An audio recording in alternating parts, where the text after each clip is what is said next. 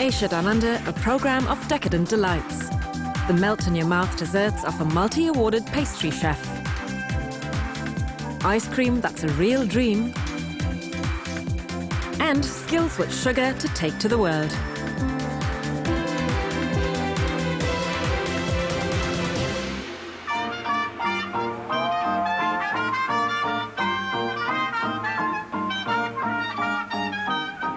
Welcome from all of us at the Brick Room at Prohibition, a restaurant in Auckland that will take you on a trip back to the 1920s.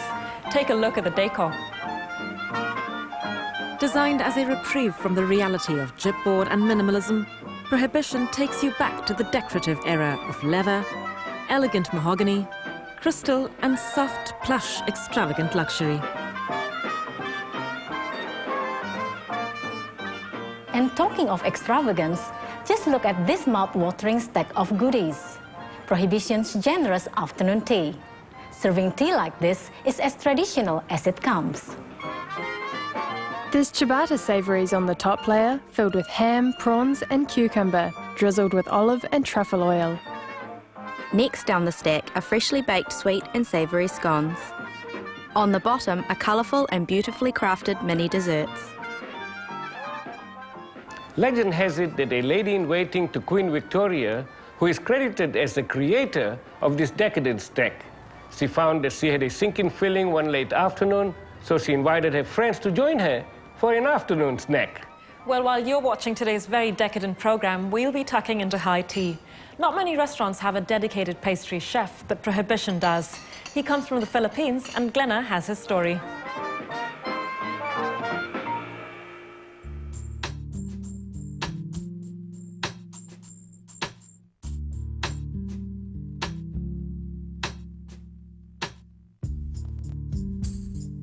It doesn't get any more decadent than this.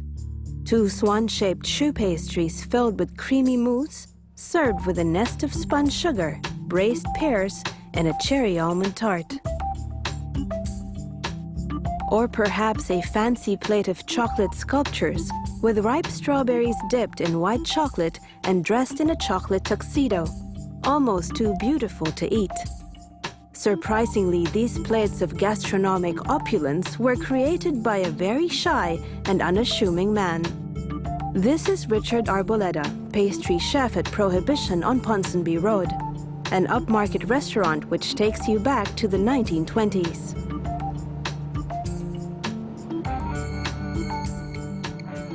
I don't want my food going out.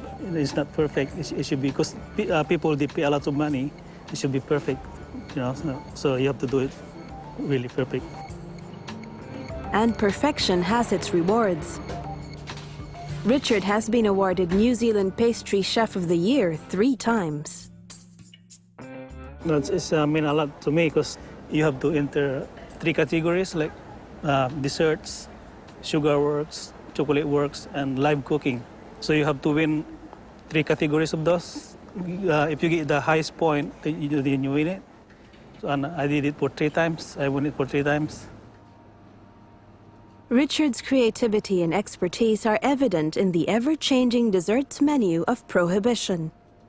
He never seems to run out of ideas, and when he gets stuck, he goes fishing.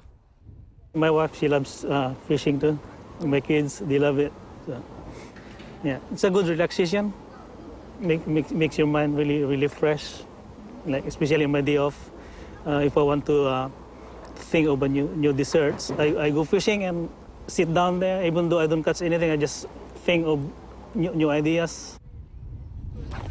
Close to the water, Richard remembers his first profession and how it quite literally put him in the deep end. First thing is, I graduated as a marine engineer in Philippines, but it doesn't go well for me. I took an apprenticeship for 1 year in a local shipping company, and our ship sank. In the dark of night, Richard's ship went down. Everyone managed to swim ashore, but it was such a remote island, they were stranded for months. When he finally got back to Manila, Richard switched to a less risky career. In 1980, he was accepted as an apprentice at the Hotel Intercontinental. With no culinary schools in the Philippines back then, Richard instead received one-on-one training from the hotel's executive chef.